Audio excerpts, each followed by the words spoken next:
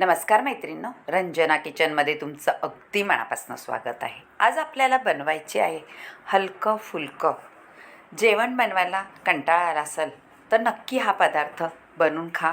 दुसरं काही करायची गरजही लागणार नाही. रात्रीला हलकं फुलकं खाल्लेलंच बरं, कारण डायजेशन चांगलं होतं. आणि लवकर खात जा, म्हणजे आपल्या पोटाच्या तक्रारी वाढणार नाही.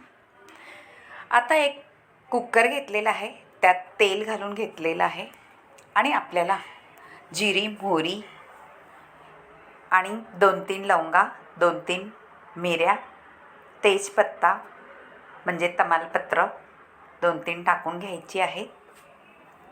आणि मैत्रिणींनो, आपल्याला थोडासा हिंगसुद्धा घालायचा आहे. तुमच्याकडे कढीपत्ता असला तर कढीपत्ताही घालू शकता, तमालपत्र नाही घातलं तरी चालेल. आता सगळी ही फोडणी आपण मिक्स करून घ्यायची आहे. आणि जिरी मोहरी तडतडली का आपल्याला एक मोठा कांदा आहे तो घालून घ्यायचा आहे कापून आणि परतून घ्यायचा आहे. परतल्यानंतर व्यवस्थित त्यानंतर आपल्याला टॅमॅटोही घालून घ्यायचा आहे. एक घेतलेला आहे, तोही कापून परतून घ्यायचा आहे.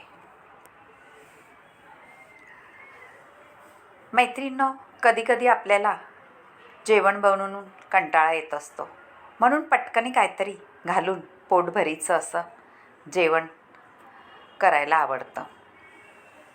त्याचप्रमाणे आपण घालणार आहोत 2 मिरच्या. त्या मैत्रिणींनो थोड्या तोडून घाला किंवा कापून घाला, नाहीतर मिरच्या आपल्या अंगावर उडतात. अख्ख्या मिरच्या घातल्या का फुटतात त्या तेलामध्ये.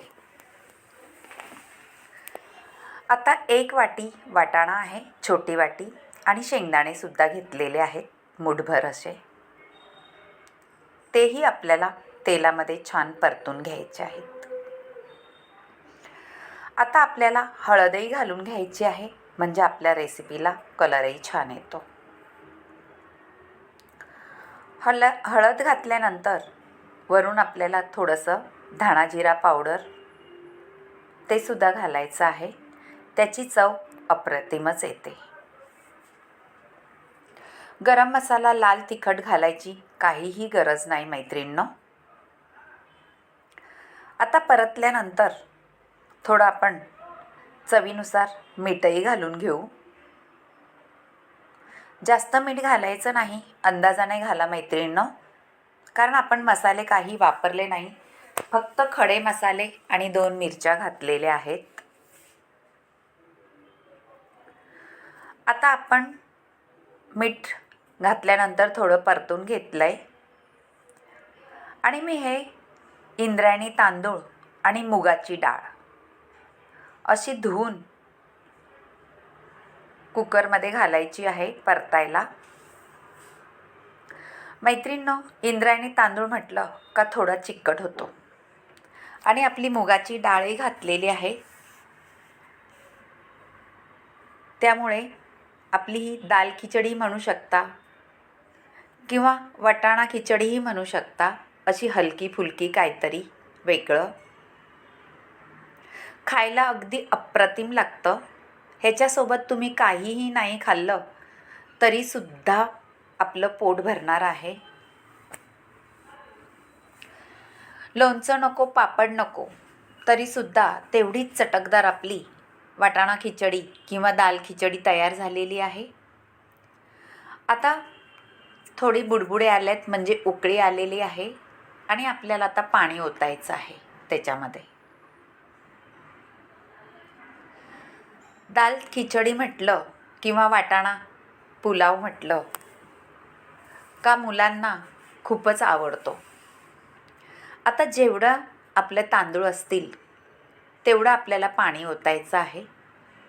तुम्हाला मोकळा करायचं असलं थोडं कमी पाणी ओता, आणि खिचडीसारखं करायचं असलं तर थोडं जास्त पाणी ओता. दोनही ऑप्शन आहेत आपल्याला. आता थोडी उकळी आल्यानंतर आपल्याला झाकण लावायचं आहे. लगेच झाकण लावायचं नाही. का नाही लावायचं ते सुद्धा तुम्हाला सांगणार आहे. आता उकळी खळखळून आल्यानंतर आपण झाकण लावून घेऊ. मैत्रिणींनो, पहा, साधा सोपा आपला पुलाव किंवा खिचडी अशी झालेली आहे. पहा रेसिपी करून पहा. आता आपण उकळी आलेली आहे आणि झाकण लावून घ्यायचं आहे. एकच शिट्टी घ्यायची आहे मैत्रिणींनो, कारण आपण उकळी काढून घेतलेली आहे. एक शिट्टी घेतल्यानंतर आपला मोकळा फडफडीत असा वाटाणा पुलाव किंवा खिचडी तयार होणार आहे. हे पहा, सुंदर कलरसुद्धा आलेला आहे. त्याच्यावर तुम्ही आता छान असं कोथिंबीरही घालू शकता. पाहिलं का किती सुंदर दिसतोय, मोकळा फडफडीत.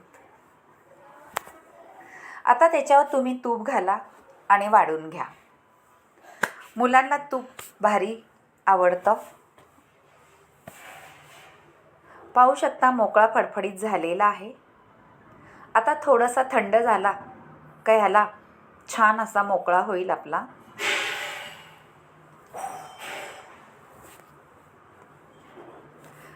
आवडलं तर खरंच रंजना किचनला लाईक करा, शेअर करा, कमेंट करायला विसरू नका आणि सबस्क्राईब करा. वाढून घेतलेला आहे छान असा. त्याच्यावर आपण कोथिंबीर घालून घेऊ, मस्त अशी ताजी तवानी, आणि वरून तुपाची धारही घालू परत. हाय का नाही भारी भन्नाट रेसिपी. नक्कीच करून पहा. तुमच्या मैत्रिणीसोबतसुद्धा हा हलका फुलका पदार्थ रेडी झालेला आहे.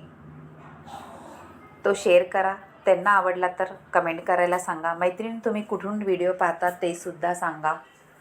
तुम्हाला माझे व्हिडिओ आवडत असले तर नक्कीच एक लाईक, सबस्क्राईब करत जा. बाय मैत्रिणींनो, भेटूया अशाच नवनवीन रेसिपीमध्ये. तोपर्यंत हलका फुलका वाटाणा राईस किंवा वाटाणा पुलाव, खिचडी ह्याला लाईक करा आणि कमेंट करा तुम्हाला कसा वाटला. बाय मैत्रिणींनो, भेटूया आपण अशाच नवनवीन रेसिपीमध्ये. तोपर्यंत स्वस्त खा आणि मस्त राहा. Bye bye. भेटूया पुढच्या रेसिपीमध्ये.